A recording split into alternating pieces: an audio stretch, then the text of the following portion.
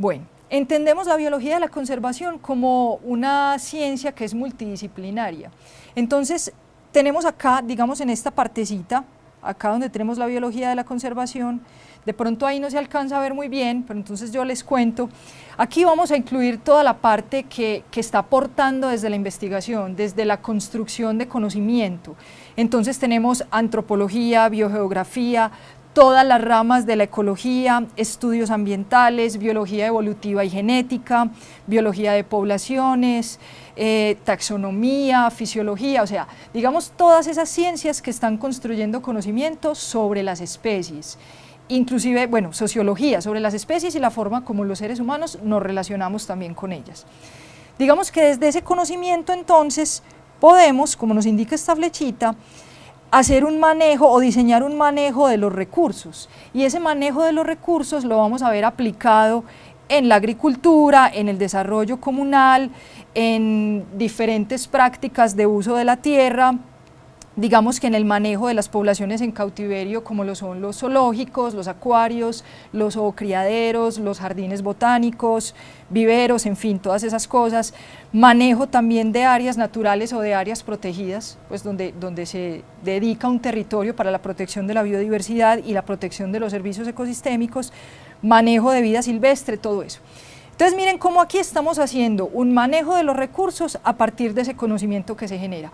Pero también al hacer el manejo de los recursos se está validando esa información, se están validando esas teorías que desde el conocimiento se proponen. Entonces digamos que toda esta aplicación que se hace acá me retroalimenta nuevamente la parte investigativa, me genera nuevas preguntas, me valida las teorías o simplemente me las falsifica, ¿cierto? Pero entonces eso es, digamos que hay un montón de personas que están aportando a la disciplina pues, de la biología de la conservación, inclusive no tienen que ser biólogos, muchas veces pueden ser educadores, ¿cierto?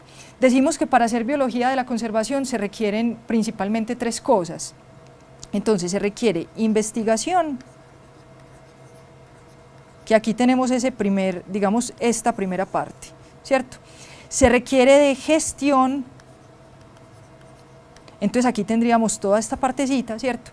Pero también se requiere de educación. ¿Sí?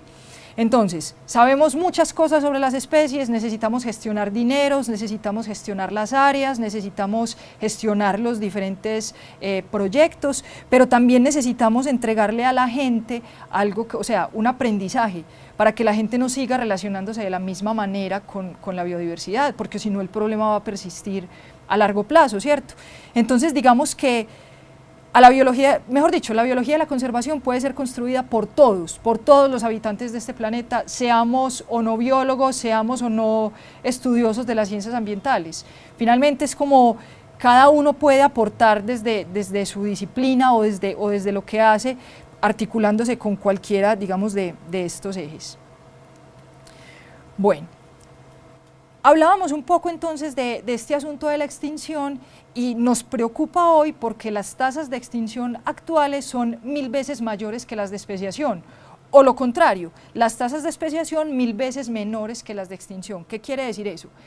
Que si bien los ecosistemas obviamente están diseñados también para sobrellevar el fenómeno de la extinción, la idea es que cuando una especie se extingue aparece otra, y esa otra o otras que aparecen van a suplir ese nicho ecológico, esa función ecológica que llevaba a cabo la especie anterior.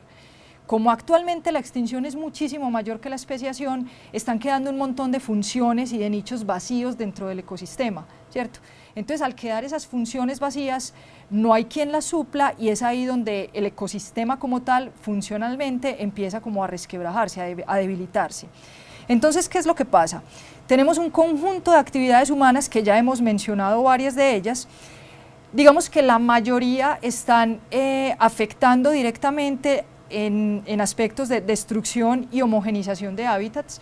Cuando hablamos de homogenización estamos diciendo que entonces todos los hábitats que son distintos ahora están quedando igualitos justamente por el aprovechamiento o por las prácticas que estamos llevando a cabo en esos hábitats. Entonces, ¿qué pasa? Que al ser hábitats iguales, como las especies, o sea, hay muchas especies adaptadas a condiciones diferentes, pues simplemente las que no están adaptadas a ese único hábitat que se está presentando actualmente, pues simplemente van a ser susceptibles o muy susceptibles de la extinción. Tenemos entonces que esa destrucción y homogenización de hábitat también nos va a llevar a tener un menor número de poblaciones de cada especie y por supuesto un menor número de individuos de cada especie. Al haber menor número de individuos y menor número de poblaciones, pues también habrá un menor flujo genético, porque pues al haber menor número de individuos, cada vez será más difícil conseguir pareja. Y si no se puede conseguir pareja, sobre todo en el caso pues de los organismos que dependen de la reproducción sexual, entonces simplemente comienza a disminuirse el flujo genético, el intercambio genético. Y si disminuimos, digamos, este par de fenómenos, o sea, tanto el número de individuos como el flujo genético, pues entonces nos vamos a enfrentar con menor variabilidad. Quiere decir esto que los organismos que van quedando cada vez se parecen más entre ellos, desde el punto de vista genético, y por supuesto eso implica parecerse desde el punto de vista del comportamiento, de la forma, bueno, desde todos los aspectos. Entonces, ¿qué pasa?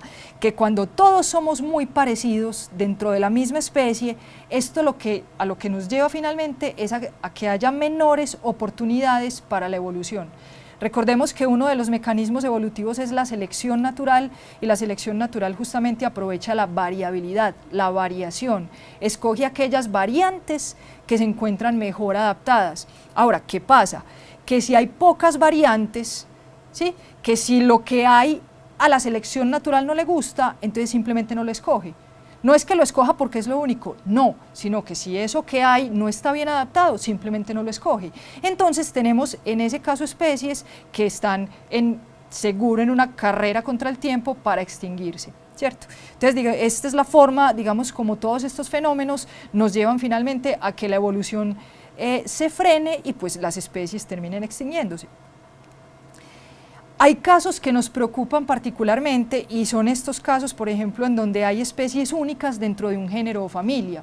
Recordemos que dentro del sistema de clasificación biológico observamos los diferentes linajes, y cuando un linaje desaparece completamente, no es como que, bueno, hay que pesar, se extinguieron algunos organismos. El asunto es que si se extingue el linaje, se pierden un montón de genes que nos están contando como una historia de una familia muy grande.